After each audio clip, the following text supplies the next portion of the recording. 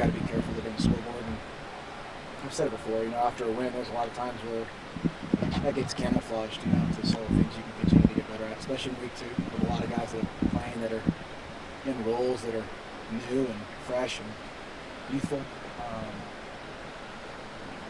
They started fast. All those details, a lot of different things. And a lot of guys play it, so there's a ton of notes for guys. There's a lot more notes than just your standard 13 or 15 guys that play. There's a ton of guys play. Shane said he was pretty disappointed with how the offensive line blocked and that kind of one of the things that you look at.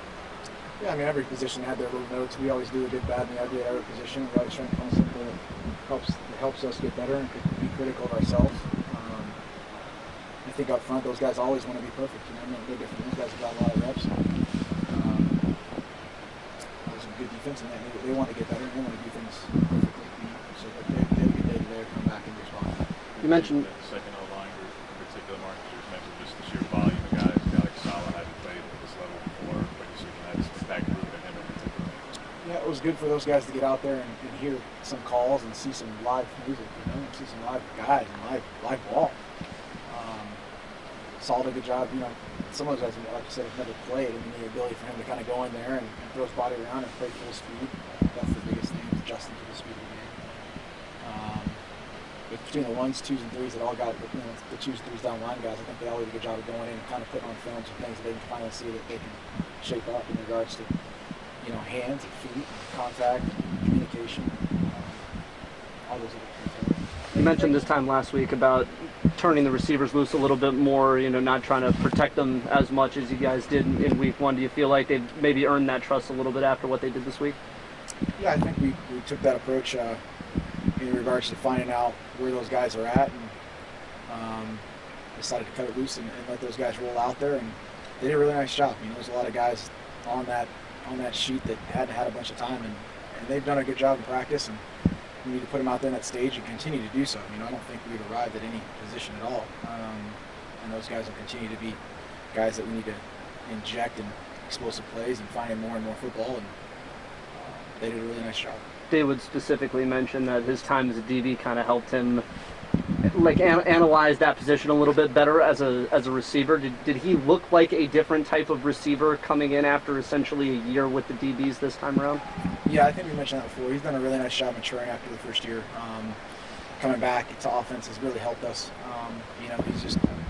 He's no different than many. It's just the older you get in some of the systems and around football and around any of our jobs, you get a little more mature and you start focusing on things that really matter, and things slow down, and he's a good example. David's done an awesome job. Were you pretty pleased with Tyler Shuck's decision making?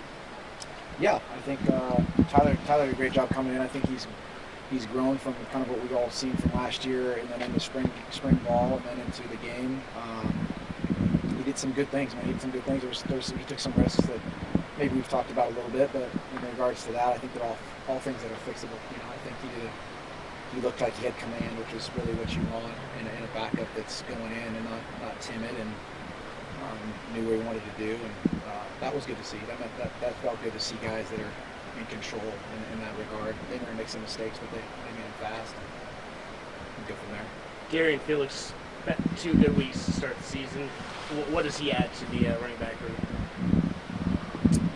Darren's done an awesome job. I think he's got for 2 years. We've said he's an explosive guy. I think you finally saw it. A guy who can really rip down the field and do some really good stuff. He's got good hands. Comes out of the backfield, does a really nice job for us all the way since spring. And I think he'll continue to take steps forward. And Coach Master does an awesome job with those guys in that room, and just adds to that stable. It seems like Johnny Johnson's confidence is back, and along those lines, how important was it also for Brian Addison to bounce back a little too? And you think Justin's going to get comfortable with these guys that maybe you didn't think would play quite as prominent a role before all the injuries?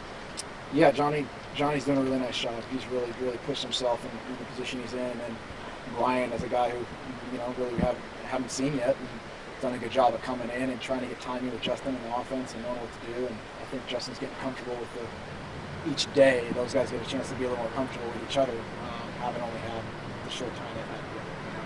Guys like Johnny and Red, who again, Justin for a little bit, they've got a chance to really gel and kind of get in sync. I understand CJ's workload is being managed a little bit, especially last week when the score got the way it was, but wanted try and get him going a little bit before Pac-12 play starts, Marcus, because only like 146 yards for him, which I realize he can do in one game, but still, it's relatively low workload so far. Yeah, we've got a pretty good stable of backs. So I think those guys rotate pretty well. And obviously, CJ can do a lot of things. We're making sure we're managing his reps, like you said, to make sure we're pushing to a point where we can kind of continue to grow that stride into kind of things, And he's done a really nice job. I think get him a little more load and then feel it out as we get going forward. But those guys as a group do a really good job. CJ's going to be.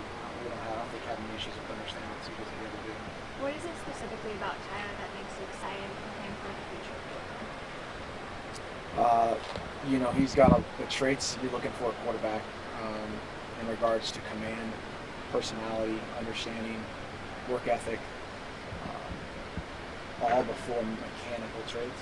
I think are the things that make for a successful quarterback, and Tyler had those when we talked about him as a recruit, and we talked about him now as a guy who's coming in, and I think his command you can see, his maturity you can see, and you can see the physical tools that are going to enable him to be successful in the football. Couple more.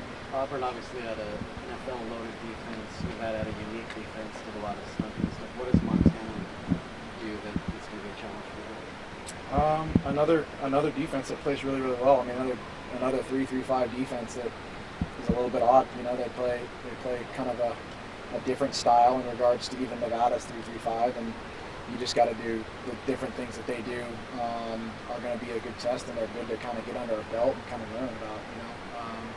A lot of communication's got to happen in what they do, and they do it well.